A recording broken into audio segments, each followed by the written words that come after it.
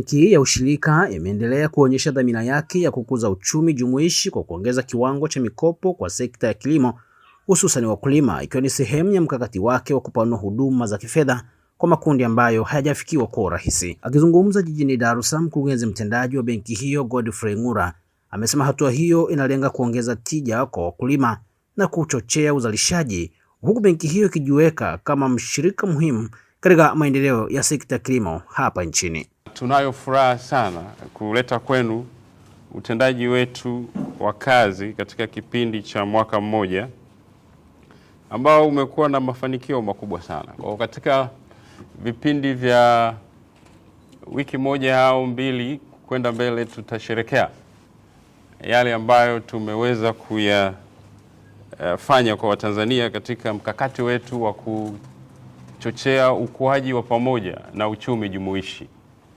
Benki ya Ushirika Tanzania imejikita katika kuchagiza ujumuishi wa kifedha, kuyafikia makundi mbalimbali ya kijamii ambayo yamekuwa katika nje ya mfumo rasmi wa uchumi wa kifedha.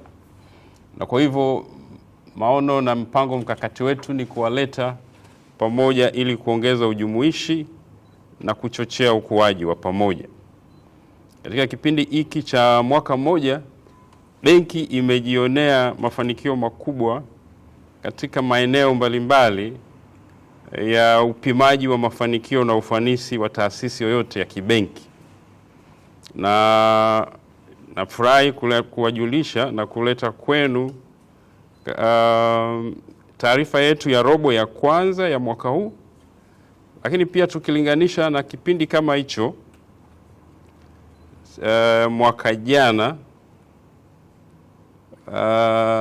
tulipokuwa izindua benki.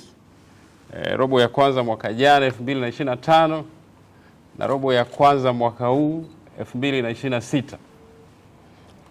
Mizania ya benki imekuwa kwa asilimia 281 kutoka mizania au kitabu thamani ya benki ya bilioni 46 na kufikia bilioni 178, sawa na asilimia 281.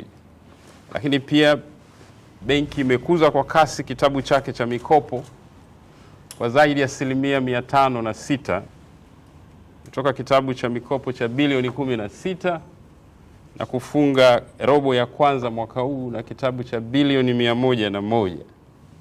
Katika kipindi hiki cha mwaka mmoja pia benki imekuza amana za wateja kwa zaidi ya asilimia 700 kutoka kitabu cha amana cha bilioni 12 na kufunga na kitabu cha amana cha bilioni 102. Ukuaji umekuwa wa kasi na mkubwa sana katika mapato yetu, ukikuza mapato yatokanayo na riba kwa asilimia 146 na mapato yasiyo ya riba kwa asilimia 1000, kutoka milioni 800 mpaka bilioni 2.1 mapato ya riba, na mapato yasiyo ya riba kutoka milioni 155 kwenda bilioni 100.6, na kupata faida katika robo ya kwanza ya milioni 140 kabla ya kodi. Lakini pia benki imekuza thamani ya fedha za wanahisa kwa asilimia 54 kutoka bilioni 27 kwenda bilioni 42 katika kipindi cha mwaka moja, huku ubora wa mikopo na asset ikibakia kuwa bora zaidi kutoka asilimia 2 na tumefunga na mikopo chechefu ya asilimia 1. Kwa vigezo vyovyote vile, hivi ni viashiria vya benki inayokuwa kwa kasi pengine kuliko benki yoyote hapa nchini. Lakini la pili ni kiashiria kwamba mkakati wetu kwa maana ya wateja, soko tunalolenga na aina ya benki tunayotaka kujenga, tunajenga misingi ya uendelevu wake. Tumejenga pia misingi ya uimara wake.